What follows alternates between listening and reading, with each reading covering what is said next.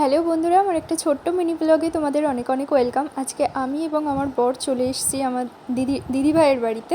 তো দিদিভাইয়ের বাড়িতে প্রত্যেকবার রথ আসে, তো সেই জন্যে আমরা এসেছিলাম আজকে রথ দেখতে এবং রথ টানতে।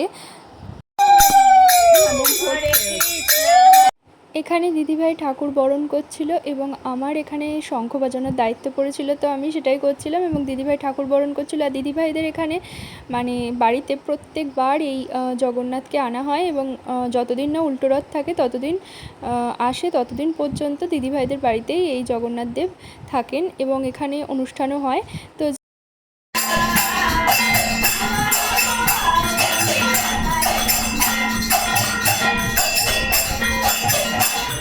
তো এখানে ঠাকুর বসানো হয়ে গিয়েছিল, পুজো হয়ে গিয়েছিল এবং এখানে একটু গান বাজনা হচ্ছিল। তো আজকের ব্লগটা এই পর্যন্ত, দেখা হবে পরের কোনো ব্লগে। তো টাটা বাই।